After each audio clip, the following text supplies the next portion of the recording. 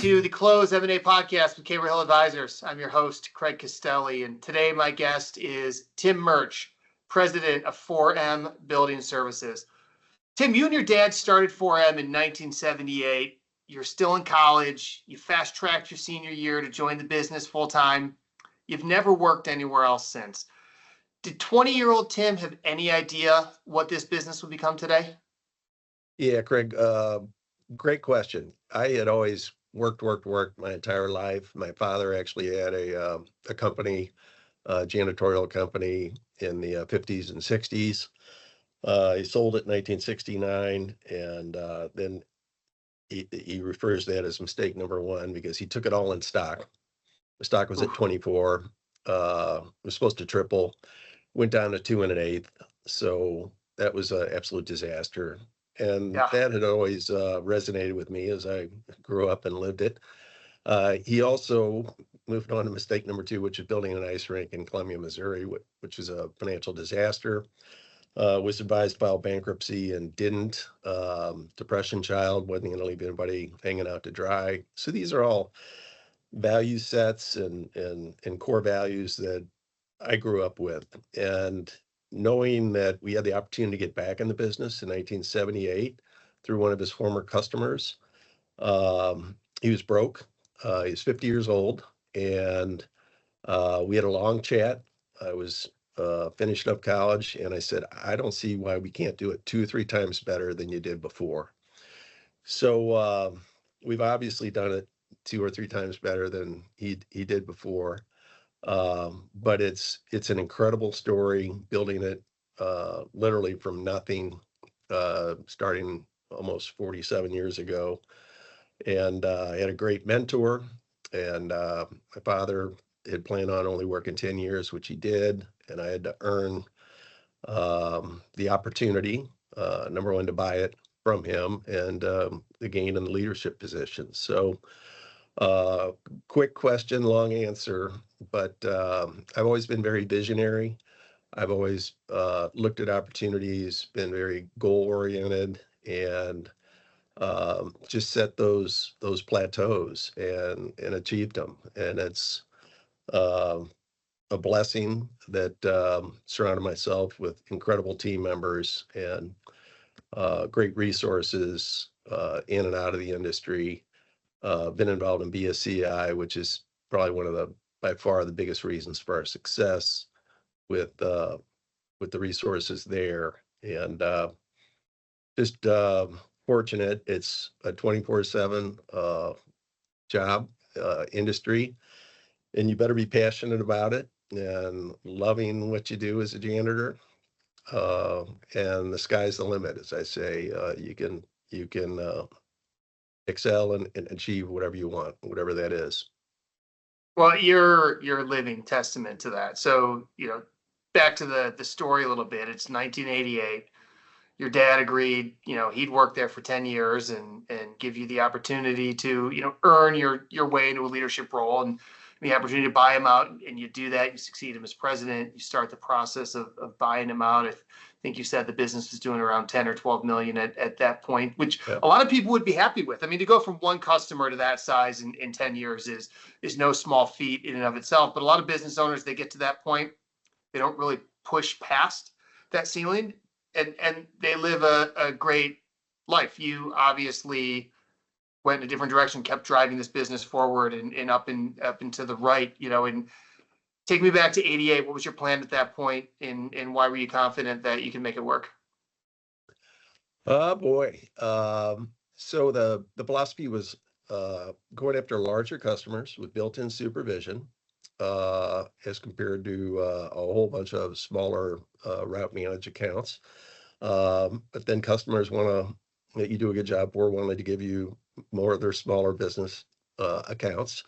So we adapted on that, but it's really having that vision, and then writing down, as I mentioned previously, the goals and where we want to do and how we're going to get there. We've always done a lot of strategic planning. It's just not me, it's our team. I've utilized an outside board, utilized outside strategic planning consultants. So Tried to do it all on my own, wasn't very effective at it. So again, bring in experts where you can focus on your unique abilities and they're experts in theirs. And then that's when we really took off. I will say though that it's not all just up and to the right.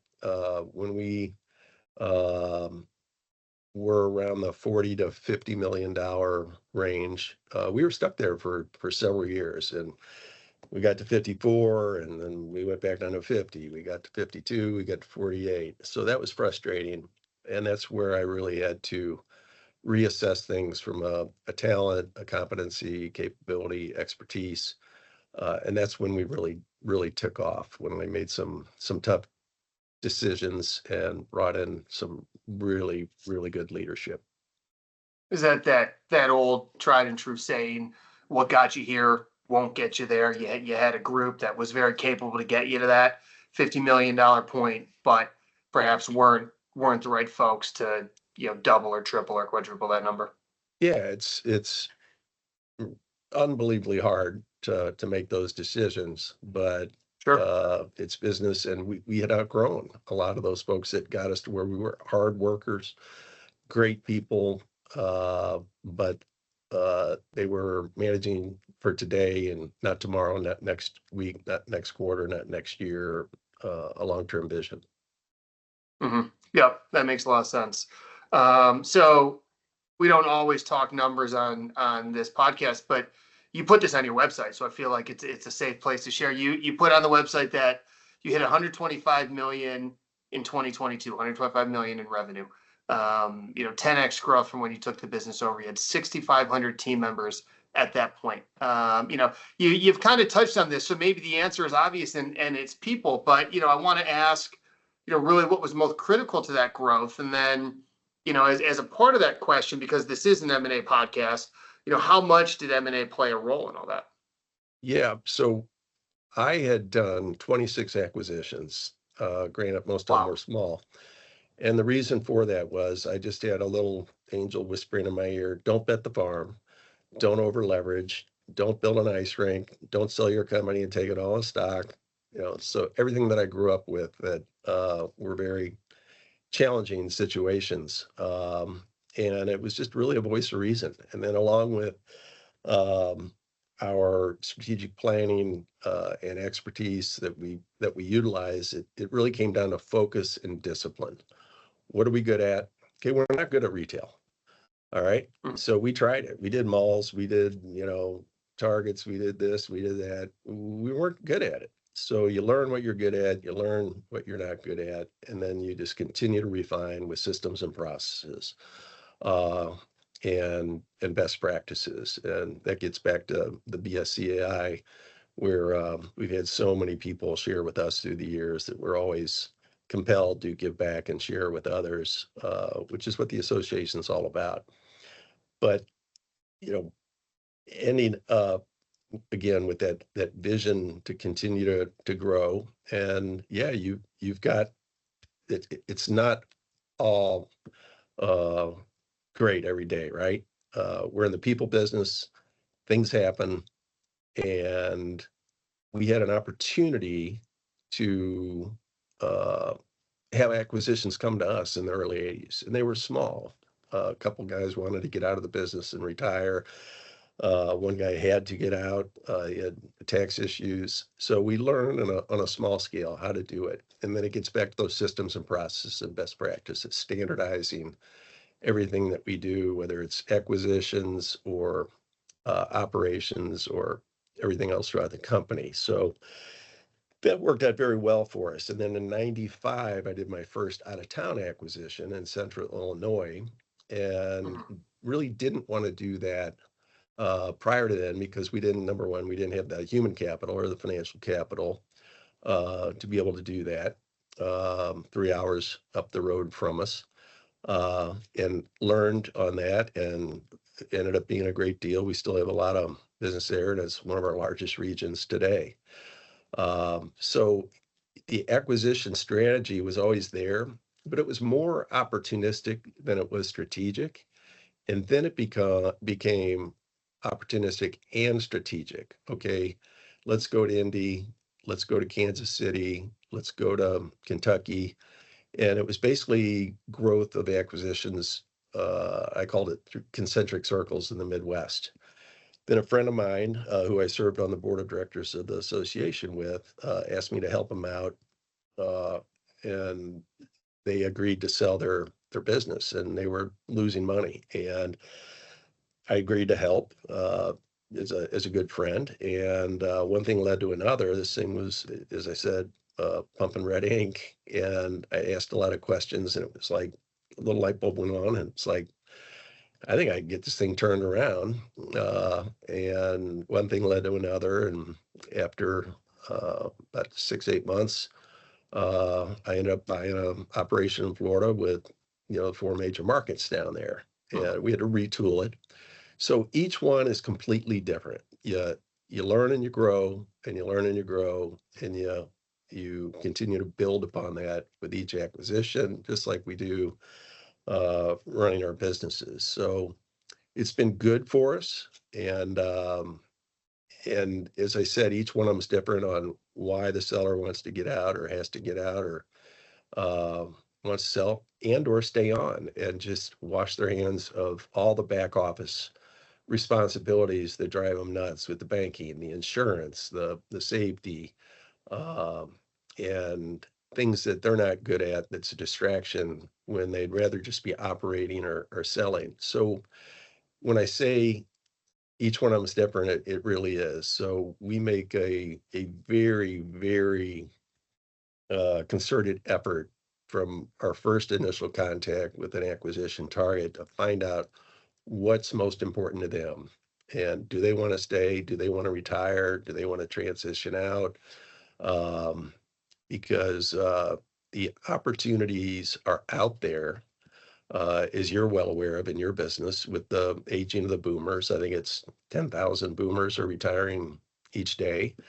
And I would say there's a few of those that have janitorial companies that Just don't a few. have family members or a team that's capable or competent to be able to have the financial wherewithal to be able to buy that from the owner. Mhm. So when I say I had done 26 acquisitions, and I knew I would always sell someday, whenever someday was, but I've watched great companies and numerous companies just get annihilated and destroyed in very short order that sold. And I just developed this through this uh, a mental list and a physical list through the many years of must-haves and never-haves.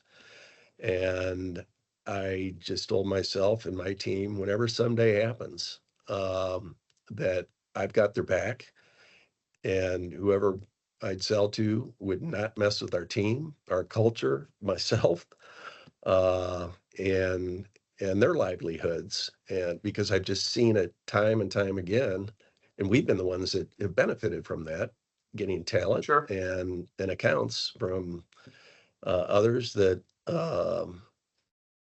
I guess they're smarter than us. I don't know, but it Just ask them, right? And they'll tell you. it well it's like a broken record. It's like Groundhog Day, and if it works for them, fine. But it wouldn't work for me because my team, my Sure. people, and our culture, we worked extremely hard and work at it every day to take care of them and continue to build on that.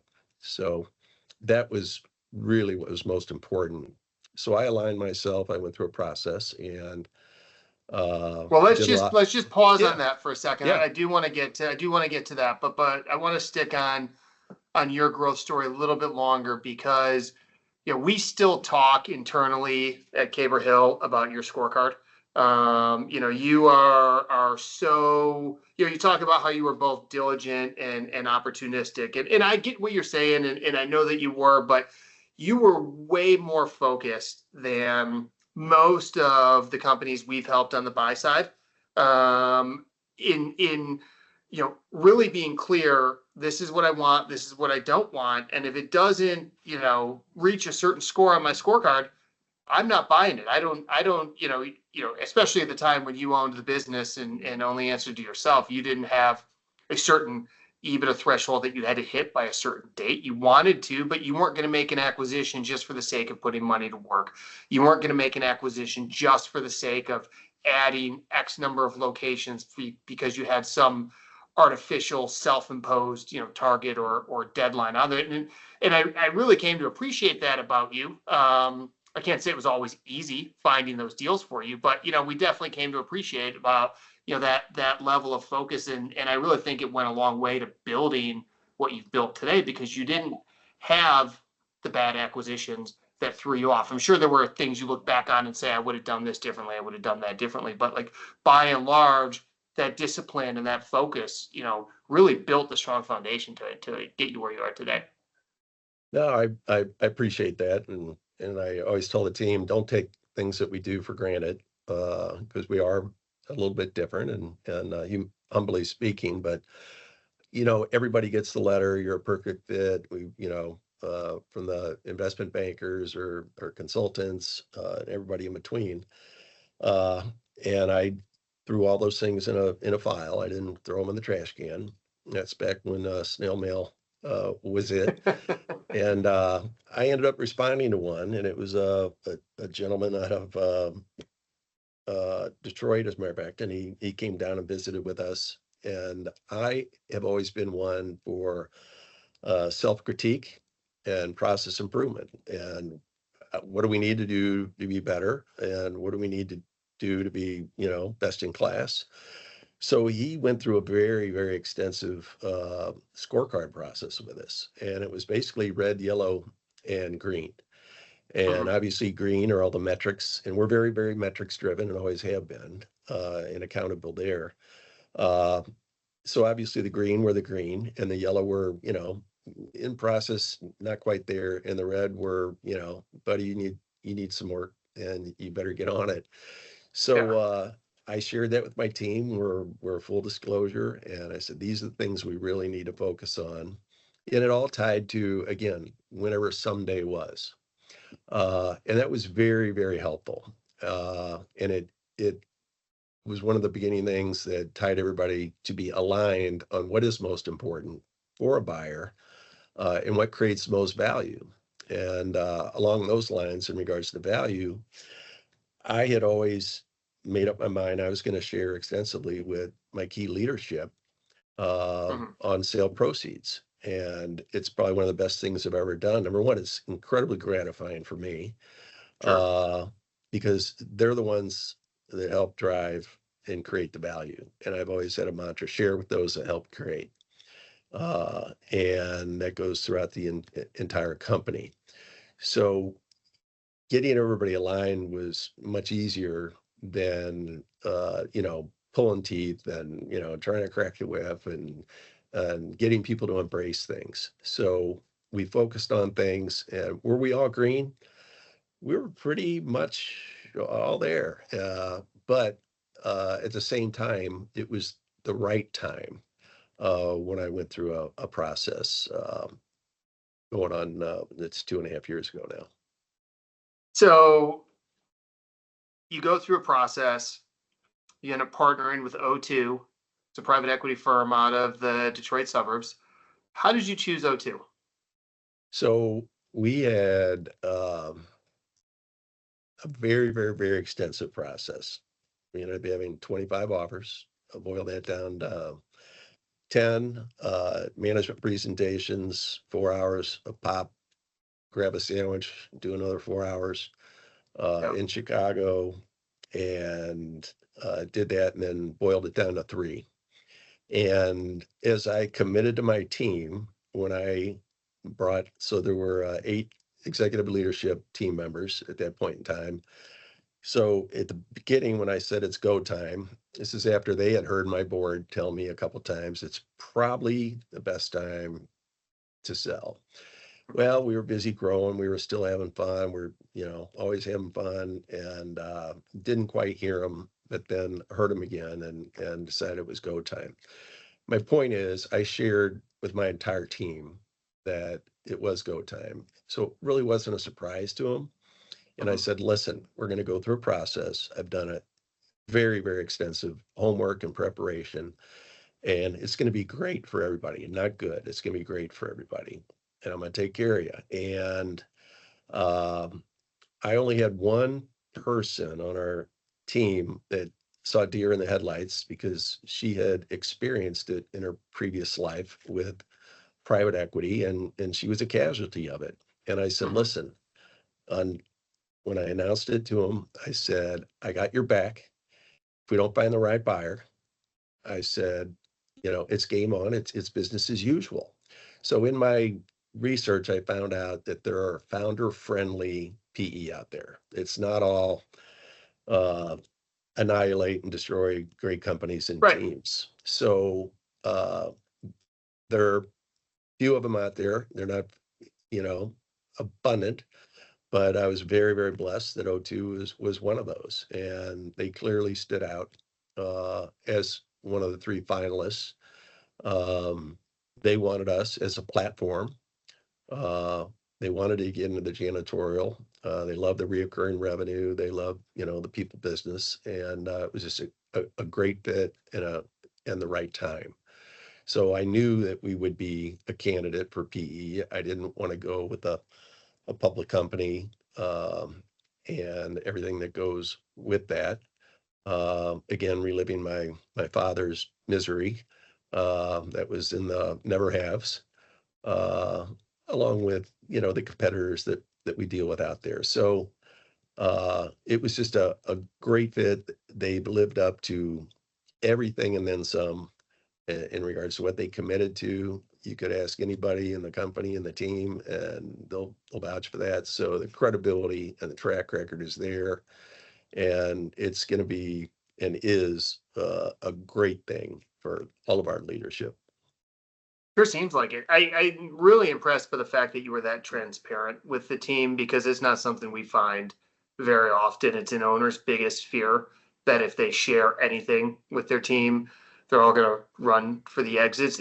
The reality is that that doesn't happen. Some are a little colored by past experiences, like the one woman on your team, but for the most part, they want to know that they're going to be taken care of. They want to know that their job is safe, and in the lower middle market private equity firms are coming in to back teams. They're not coming in to slash and burn. They're coming in to really, they can't operate these businesses Yeah. themselves. And the businesses, it's not like you had 200 million of EBITDA where, there are a lot of other, levelers to pull. You're still by and large a smallish business at the point you go through this. And it's, I don't know how you get that message out to the market, but I mean, it's a battle that we're facing in every single transaction is just getting owners comfortable with bringing some of the team into the fold, because ultimately the outcome is better when they're all aligned going into the process as opposed to finding out on the tail end.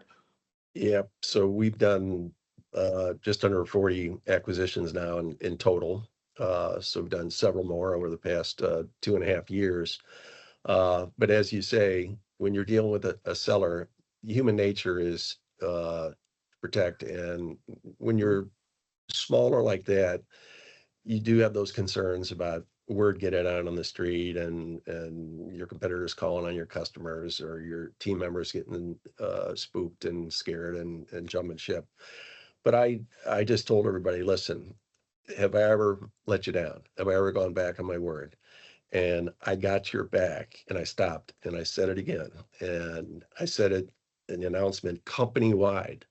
I said, stop right there. I know what you're thinking. I said, no, it's business as usual. They're there to support our success, for us to keep doing what we're doing successfully with greater resources and systems that we don't have. So, and I've always been an advocate for utilizing resources that are out there, and it's our own built-in board of advisors with all their resources.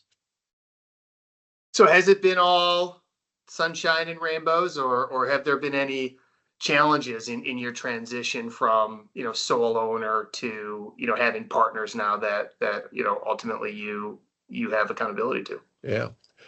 I can honestly say I'll uncross my legs right now. No surprises. When they say they're there for support and resources, that's exactly what it is. And that's what I'm here for. That's what all of us are here. One of our corporate values is 360-degree teamwork. So it's doing whatever it takes, whenever it takes to support you. I know you got my back, and vice versa. So that's a big part of our culture. So yes, they've been great. I use the terminology, I didn't want anybody in my kitchen, and they're not in our kitchen. They're not in our grill. They're there when we need them. Uh, yeah, do we need to perform? Do we need to grow? Well, yeah, every company does, Of regardless, course. which we did before. We held ourselves to a very high standard of accountability, and always will. We're all very competitive. We love to win. So it's been an absolute blast. So as far as the only thing, my eyes were wide open. As I said, I'm a planner and a visionary out there. So I anticipated that we would double, uh, and that we'll double again. So what's involved in doubling? Well, we've done it dozens of times when you think about it, right? Mhm. I mean, just getting to $1 million. We doubled from 500, and then on and on and on up the line. So it's really uh, growing in perspective with the right team members, resources, expertise. Um, it's out there making yourself attractive to attract those resources, wanting to be a part of a winning team. And it's no different as we've continued to grow uh, with headcount and management and leadership. It's no different from the acquisition side, where we've become known as the acquirer of choice. And you don't get that. It's not like friendship. It is like friendship or trust or credibility. You got to earn it, and you earn Yep. that through experience and a track record. So you go back on your word, or you deal trade, or you renegotiate, or tell them something and pull the carpet out.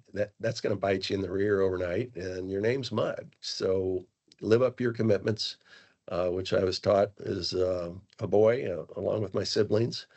No matter how painful it is or how much it hurts, but your word's your bond, and you live up to it. Yep. Yeah. No, that's great advice. So, couple last questions here. You know, you guys are growing. You seem happy. You look happy. It looks like you're enjoying what you're doing, but you're not going to work forever. So, do you and the board talk at all about succession? Yeah, actually, I have talked about it forever, because I call it, there's good succession, or there's normal succession, and there's unplanned succession, right? Yep. Unfortunately, God forbid something happen, people get sick, whether they win the lottery or get hit by the old bus. So we want to be prepared for that. And then you've got team members that are going to retire someday and want to, and deservedly, so I'm kind of one of those sick ones, because I always said I'd sell someday, whenever someday was, but what the heck would I do? Because I've seen so many people sell, and they've done well. They're very happy with the outcome, but 6 months later, they're miserable. They're not in the Mhm. game. They don't have that mission to get up, hunt, kill, win, celebrate, develop teams, build cultures, change lives. And that's me. So will I work forever? No. Am I going to be around here for a long time? Absolutely. Uh, I think fun is a key word there, and uh, seeing people develop and being able to change their lives is incredibly gratifying, because the growth opportunities for those that want it are there, and that's the beauty of any growing company in any industry. If you're good, it's one of the things the board told us. Okay, so what happens on the next sale, or the next sale, or and all that? And that question was asked by one of our leadership, and it was great. One of our board members had 4 bites of the apple and was part of leading the company through 4 sales. And Wow. he said, if you're good, you really don't have anything to worry about. He said, if you're great, you're in the catbird seat. Well, my team kind of looked around at each other, and their eyes got big, and they said, let's go.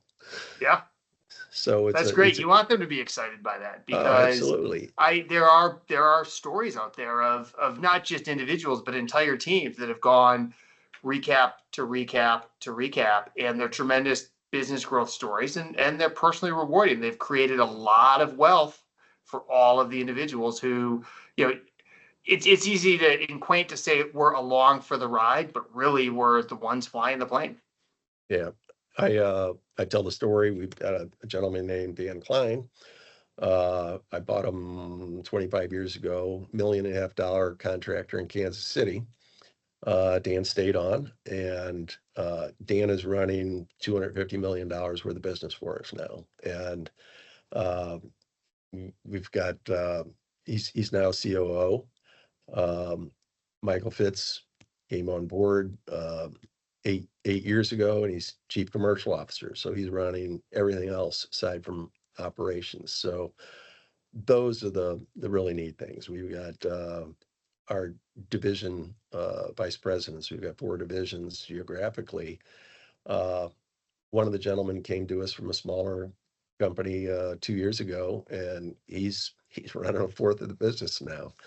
So the beauty of growth is being able to change lives, and they have, as I say, the sky's the limit, upward mobility for those that want it with growing companies. So that's fun. Yeah, that's a lot of fun. It really is remarkable. So, last question here. Although I feel like this discussion has been chock full of advice, I'm going to ask you for one more. Give a piece of advice to a business owner who might listen to this that they may not hear somewhere else. You know, uh, I would open up with set your goals, write them down. If you don't write them down, it's a dream. Uh, if you write them down, you're committed to it, and visit them daily, weekly. Take care of your team members. I basically was penny wise and pound foolish for many, many years, trying to get the most for the least. That is an inverse relationship that usually doesn't work out. And again, learn and grow every day.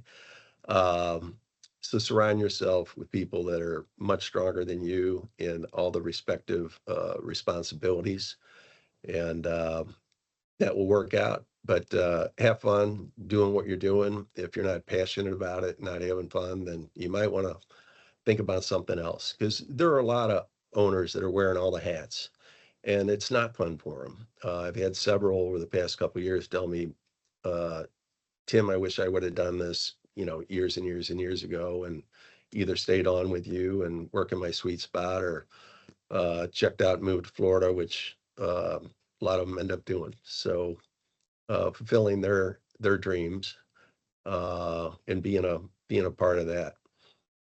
Yeah, this may be a bit oversimplified, but you should own a business either because you really want to grow and you're aggressive and you're hungry and you're motivated, and the goal is to work hard and build wealth, or you should own a business because it can fund your lifestyle and you don't have to operate it, and you can just go do whatever it is you're passionate about and draw on the income from that. But you're right, too many owners get trapped where they're doing neither. The business is kind of stuck, but they're stuck in it running the business, and the joy is gone. In one Yeah. way or another, they have to be able to find their way and fight their way out of that trap. Otherwise, you really have to ask what's the point of owning the business in the first place.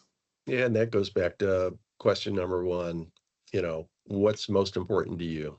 It's no different than a sales call. Right. It's not about us and how great we are and our systems or processes. No, no, no. What's most important?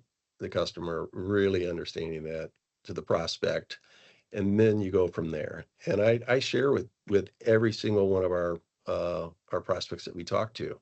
I said, listen, if we're not a good fit, then you have permission to tell me, and you're not going to hurt my feelings. Um, we're not used to losing, but it is what it is. And for whatever reason, if we're not a good fit, that's okay. But it's got to be a mutual fit for it to be a win-win. And if it's not a win-win, then it's a short-lived success, because that'll come around in short order, and you usually don't come out on the winning end of it. So it's got to be a win-win where the seller is very, very comfortable entrusting their baby, their blood, sweat, and tears, their 24/7, 365 with somebody else, because that's a huge emotional. Aside from getting married, it's the second largest important decision of one's life. Yeah, no question. And like marriage, if you get it wrong, it becomes, way more costly, mentally, physically, financially, than if you just didn't go through it in the first place. So, Tim, this has been a lot of fun. Before we hop here, if someone wants to learn more about 4M, or potentially wants to sell to 4M, where should they go? Okay, so that's simple. Obviously, you can go to our website at the number 4-m.com, and go to acquisitions. There's a little form you can fill out. You can email me at timurch@4-m.com, or give me a call at 314-615-2827. Listen to that. How many CEOs of rapidly growing PE-backed companies are giving out their personal contact information? Tim, thanks a lot for joining me on the close. All right. Happy to do so, and happy to help anybody out there who has questions, whether they're interested now or years from now. Great.